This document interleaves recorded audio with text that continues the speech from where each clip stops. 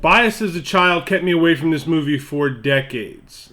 I hated Tom Atkins because I held him personally responsible for Halloween 3 having nothing to do with Michael Myers. And this movie also starred Robert Z'Dar, who in every 80s action film that I loved was always facing off with Sylvester Stallone. And in this household, we revere and love Sly. However, in my quest for new old movies to delve into, this one kept coming up. And on a long flight to San Diego that I just took, I decided to give this one a go.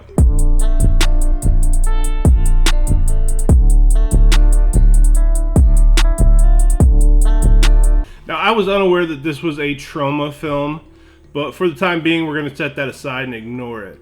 But we get a rundown of the names entertaining us here, and the opening credits tell us that we're going to see Tom Atkins, we're going to see Bruce Campbell of Boomstick fame, we've got Richard Roundtree in here.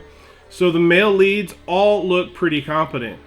However, this movie desperately could have used a strong female lead, but let's see exactly where this thin blue line takes us. Very proper, precise ceremonial dressing of a man in a policeman's outfit wearing a badge number of 4321. LOL. I laughed really hard at that. Then we see a pretty young woman leaving a bar late at night all by herself.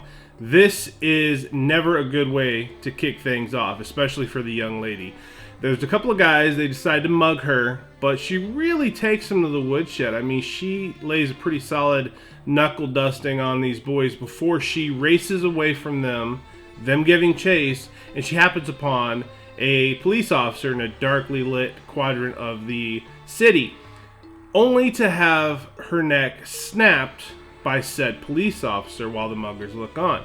But bad news for Officer Unfriendly, because Tom Atkins happens to know this young lady, and in his best bootleg impersonation of Mr. Charles Bronson, he vows to find the people responsible for her death. Now, I've seen my fair share of Tom's filmography, and Tom Atkins is known for two things primarily. He dies before the climax of the movie, often bloody and violently, and he bangs everything in that film that will hold still long enough.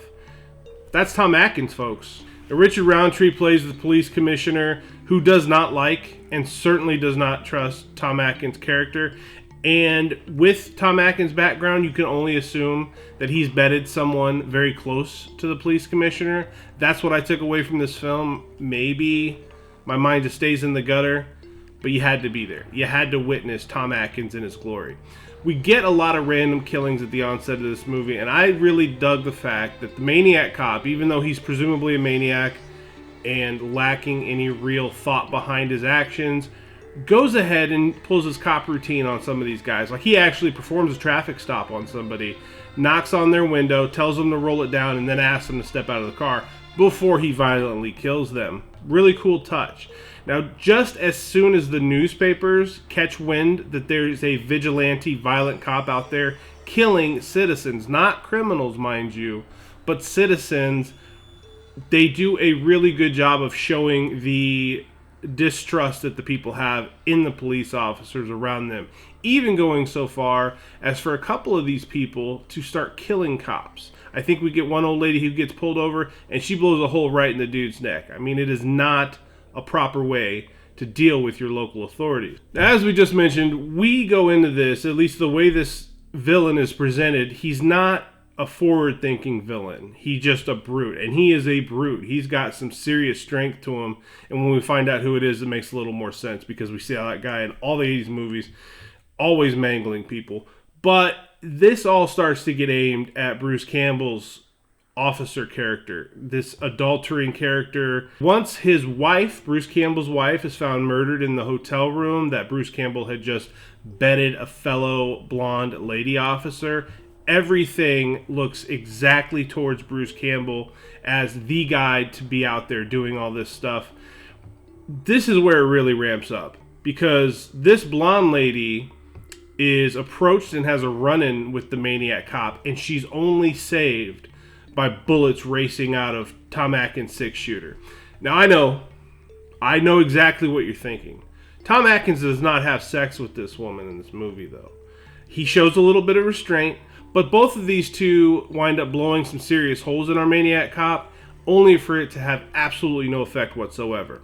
There's a point in this film where we find a crippled lady that's working in the file room of the police department, and she's basically the gatekeeper of all the information for that particular PD. Now, Tom Atkins, being the clever detective that he is, uncovers the fact she is actually married to a hero cop named Matt Cordell.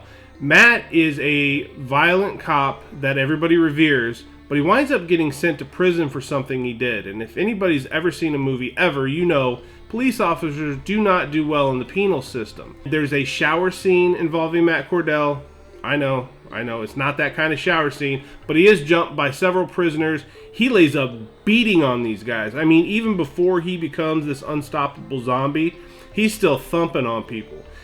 But ultimately, he's attacked, he's carved up, he is presumed dead. So this poor crippled woman is not such a poor crippled woman. She's actually in on this plot for Matt to have returned as this Maniac Cop, and he is taking the law into his own hands. But he's not just punishing criminals, which I believe she thought was the intention for him to go out there and start doing what he's doing. He's killing everybody he runs into because he's a pretty grumpy guy. He just got out. And surprise, surprise, he winds up putting slutty Tom Atkins out of his misery right at the onset of the third act of this movie.